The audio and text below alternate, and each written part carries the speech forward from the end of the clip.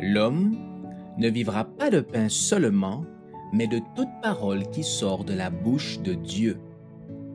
Voici votre moment de méditation quotidienne.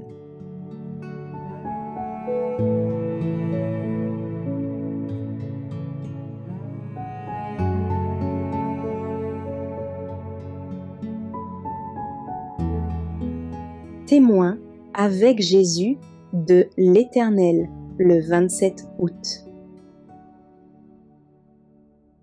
Vous êtes mes témoins, dit l'Éternel, vous et mon serviteur que j'ai choisi. Ésaïe chapitre 43, verset 10. Tous les hommes arriveront à vivre la vie que le Christ a vécue en ce monde, s'ils revêtent sa puissance et suivent ses instructions. Dans leur lutte avec Satan, ils peuvent posséder toute l'aide qu'il reçut lui-même. La conduite des gens qui se disent chrétiens sans vivre la vie du Christ est un outrage à la religion. Tous ceux qui sont inscrits sur un registre d'église ont le devoir de représenter le Sauveur, en montrant la parure intérieure d'un esprit doux et paisible. Ils doivent être ses témoins et faire connaître les avantages qu'il y a à vivre et à travailler selon l'exemple qu'il nous a laissé. Il faut que la vérité présente manifeste sa puissance dans la conduite de ceux qui y croient, et qu'ainsi elle se communique au monde. Les croyants doivent représenter dans leur vie la puissance sanctifiante et ennoblissante du Sauveur. Il faut qu'en eux se déploie la puissance de la grâce, qu'ils soient des hommes de foi, remplis de courage, intègres, mettant toute leur confiance en Dieu et en ses promesses. Rien de simulé ne doit paraître dans la vie de ceux qui ont à proclamer un message aussi solennel, aussi sacré.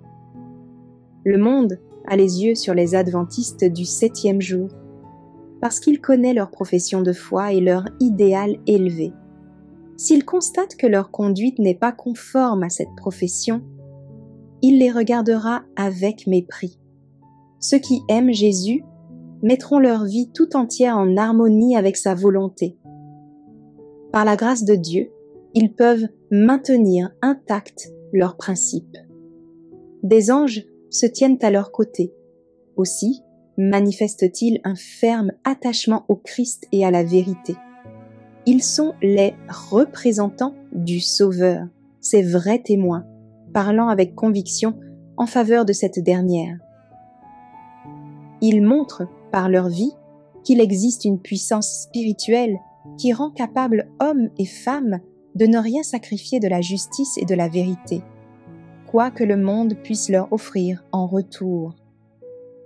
De tels chrétiens, où qu'ils soient, sont honorés du ciel, parce qu'ils se conforment à la volonté divine au prix de n'importe quel sacrifice.